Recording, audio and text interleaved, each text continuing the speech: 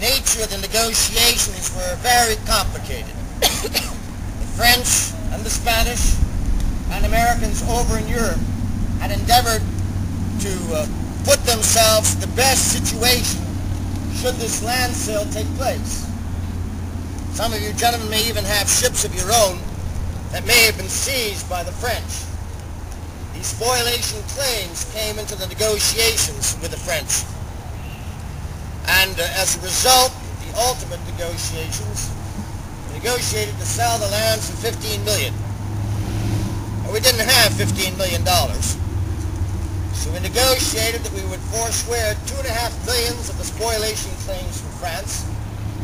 The other $12.5 billion we would borrow from an English bank so we could take the money, pay Napoleon, so Napoleon could go to war with England.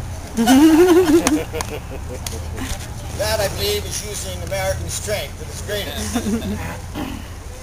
Napoleon did have designs on New Orleans. There was, for 18 months, a treaty and a peace between England and France. The Treaty of Amiens settled the peace, briefly. And during that peace, Napoleon was deliberating of whether he would then devote his resources to an empire in North America or to reassert his control of the eastern Mediterranean and Egypt and that part of the world. England, wishing not to go to war again with France, sent Napoleon a bribe of £100,000 to urge him not to go to war again. But they added the caveat that he would have to give up his holdings in Egypt. We, in our negotiations with France, with our minister, Monsieur Pinchot, had told Napoleon unequivocally that even if he had designs in securing Louisiana territory for himself, that he would be next to neighbors that were very hostile, vitriolic in words and hostile in actions. And nearly 220,000 individuals beyond the frontier who were ready to go to war or ready to assert in a military fashion their rights to claims along the Mississippi on both sides of the banks.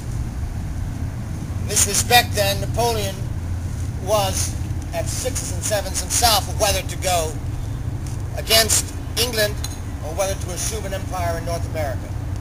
By telling him we would be bad neighbors, by the inclinations of the British to offer him a bribe with conditions, Napoleon was finally persuaded to forswear his actions in North America. There was one further incentive for the French not to go into North America.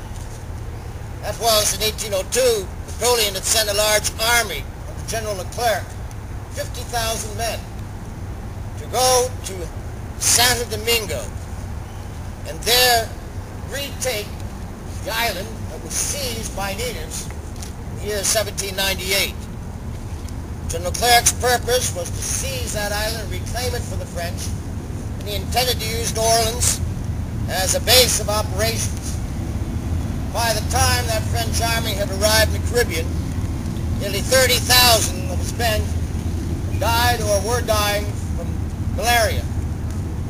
And at that particular point, this yellow fever decimated the French ranks, making all efforts of the French in North America now a moot point.